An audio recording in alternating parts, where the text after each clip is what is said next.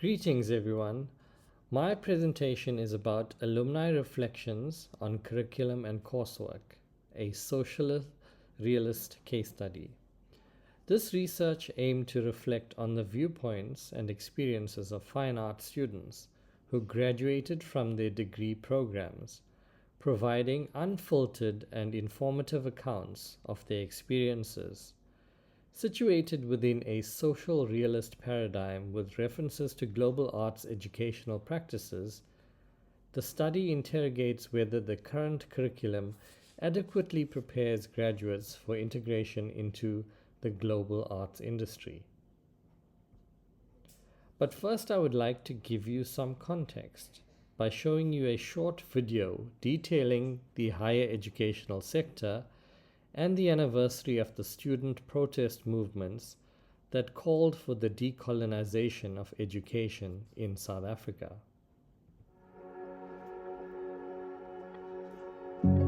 Today marks the 10-year anniversary of the Rose Must Fall student movement. It's a movement that started here at UCT in March 2015 when a student threw feces on the statue that used to sit in the middle of our campus, and the statue was Cecil John Rhodes. But really, I think that act was the beginning of a protest that had to do with dismantling institutional racism at UCT.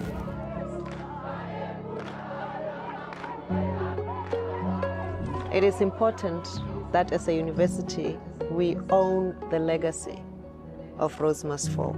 We take ownership of the fact that it is here where Rose Must Fall, the movement, was born.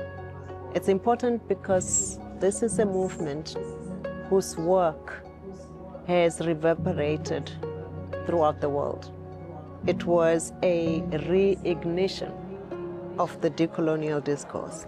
To have the movement go all the way to Oxford University tells you that this is a moment in history that was not only about the political project of the liberation of Black people, but also an intellectual project, which sets this movement apart from many student-led movements all over the world. With a call to decolonize the curriculum, we needed to first inform and engage around what decolonization means.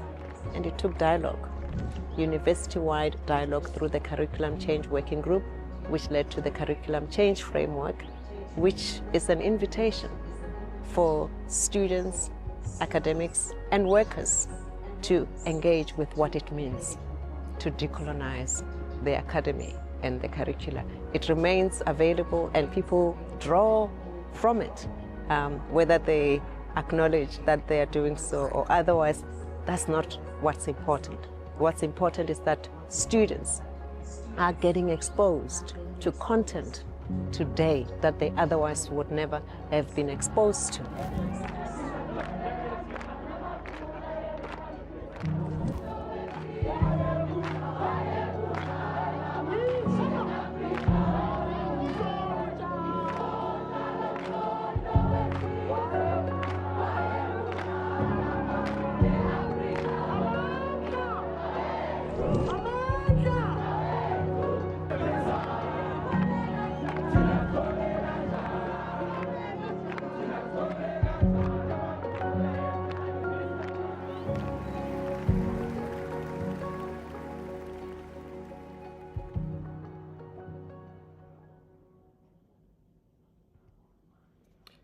Between the period of 2015 to 2018, South African students protested annually about problems associated with higher education in South Africa.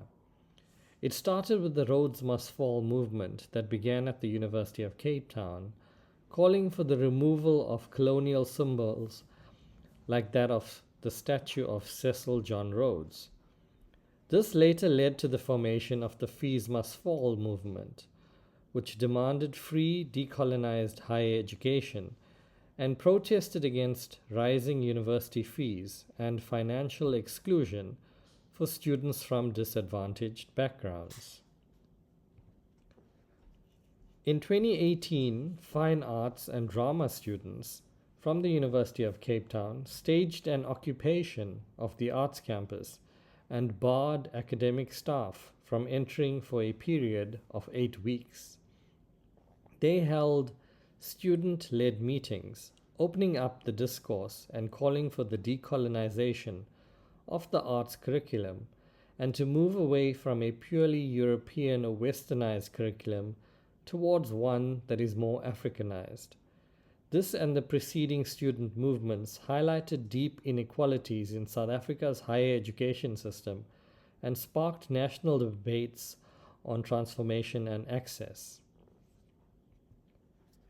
The University of Cape Town, UCT, is South Africa's oldest university, established in 1829.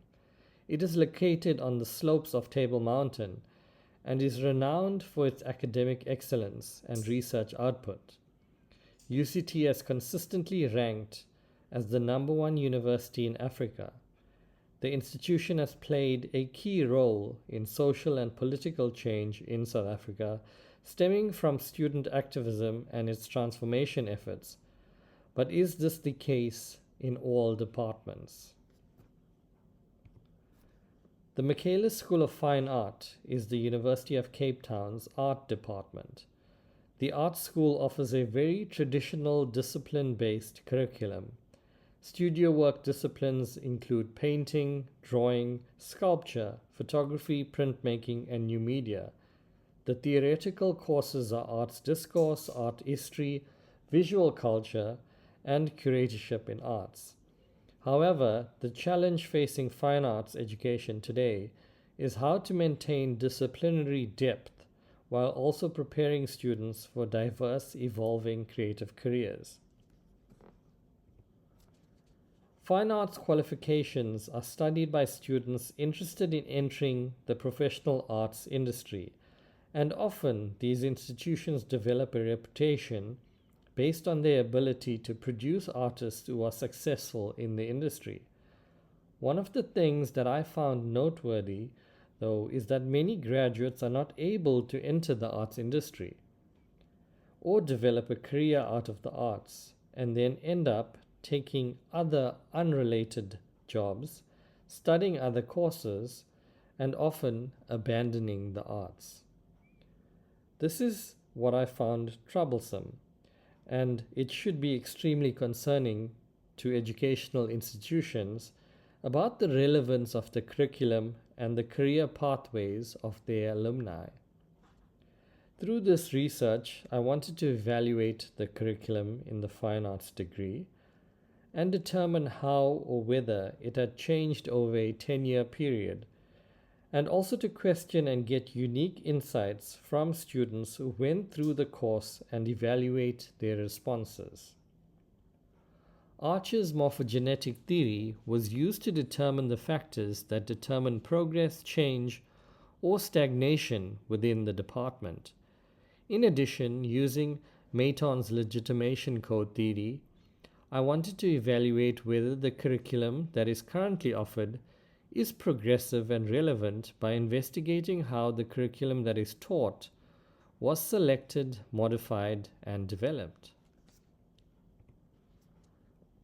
Alumni engagement offers valuable insights into how fine arts graduates apply their learning in real-world contexts. Alumni feedback can positively highlight gaps, strengths, and emerging needs in the curriculum based on lived professional experiences. Involving alumni can foster a collaborative, reflective approach to curriculum change that aligns education with the ever-evolving creative industries.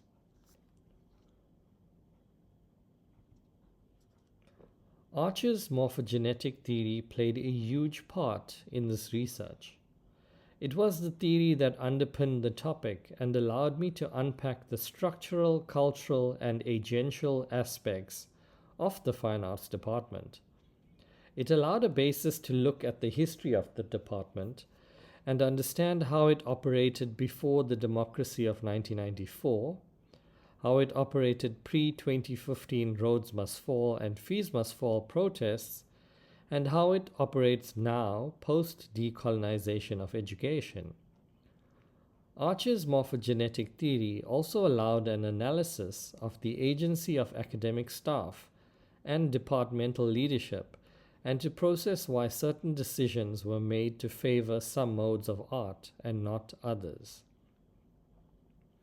Archer's framework allows one to trace how the curriculum at Michaelis has evolved or resisted change over time.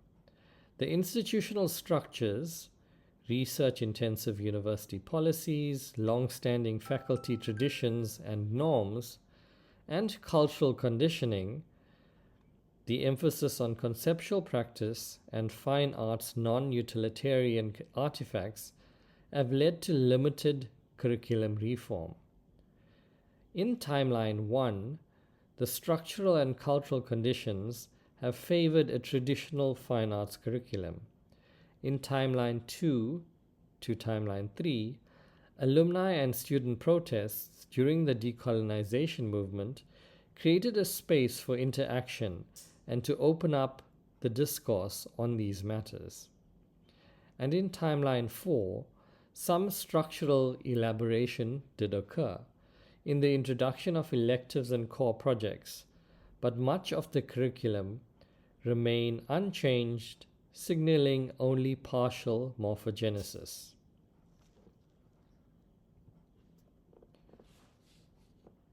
Carl Mayton's legitimation code theory, or LCT, was another theoretical framework that was worked in this research to unpack the departmental curriculum. It was used to perfectly show how the fine arts curriculum shifts from one knowledge code to another over the duration of the undergraduate degree. The curriculum in the first year of study relies more on being given parameters and stricter knowledge practices to work in, whereas by the time a student progresses to fourth year, there is less reliance on coursework parameters and a wider scope for students to create artwork within. According to LCT, this is a code shift from a knowledge code to a knower code. LCT reveals that the Michaelis curriculum privileges knower codes, where legitimate performance is based on the student's cultivated gaze or disposition. This disadvantages students seeking knowledge codes, i.e., explicit criteria, practical skills, and transferable competencies. For example, entrepreneurship and digital tools fall outside the dominant code and are thus marginalized. A more balanced curriculum would embrace a semantic wave, oscillating between theoretical abstraction and practical application. Embedding arts management modules or digital workshops within studio courses would enact this balance. The challenges identified at Michaelis resonate with global debates on the role of arts education in preparing students for 21st century careers. Institutions such as the University of the Arts in London and Parsons School of Design in New York have responded by embedding entrepreneurship, interdisciplinary practice, and digital fluency into their core programs. In South Africa, where economic problems and youth unemployment are massive factors, the need for career-aligned creative education is even more urgent. As Ngara argued in his paper, The African University and Its Mission, graduates must be prepared not only in their craft, but also in their ability to navigate diverse professional landscapes. Alumni expressed a strong desire for curriculum components that address the business aspects of artistic careers. Many reported difficulties in navigating the art market, establishing sustainable practices, and managing freelance work. The curriculum, they argued, romanticize the notion of the independent artist without equipping students with practical skills in marketing, finance, or legal matters. As one alumni respondent noted, I left with a portfolio of art, but no idea how to sell, invoice, negotiate contracts, or even apply for funding. Respondents highlighted a rigid disciplinary boundary within the fine arts program that limited collaboration with other departments. While elective modules existed, they were not integrated into the core learning. Alumni described missed opportunities for collaborative learning with design, architecture, media studies, or computer science students. While the Michaelis curriculum includes new media as a major, many alumni felt that digital literacy was insufficiently embedded across the program.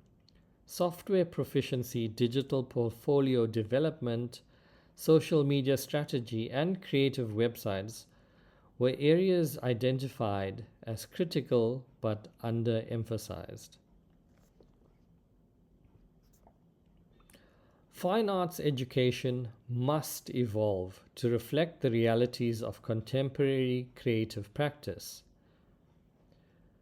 This case study of alumni reflections reveals that while conceptual and studio training remained vital, it is no longer sufficient.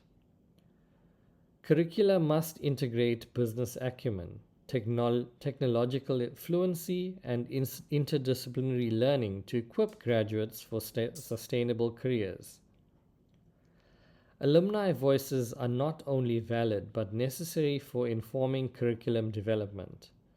As institutions navigate global pressures and local responsibilities, engaging alumni as agents of change can bridge the gap between academic tradition and industry relevance. There is an urgent need to introduce core modules of arts entrepreneurship, covering topics such as arts marketing, project funding, pricing of artworks, legal rights, networking with galleries, and portfolio development. These can be delivered through workshops, industry partnerships, and experiential learning. Another important consideration is to facilitate cross-disciplinary collaborations. This can be done by establishing joint modules with other creative arts courses, with film and media, and other technology departments within the university. It should be important to encourage collaborative studio projects, exhibitions, and other research outputs. And mainstream creative technology training should be across all students. Currently, technology is introduced at a surface level and only for specific projects. There is a need to ensure that all students, regardless of major, gain competency in relevant software, digital tools, and emerging media. This can be done by developing digital literacy modules that can be integrated with all studio work courses.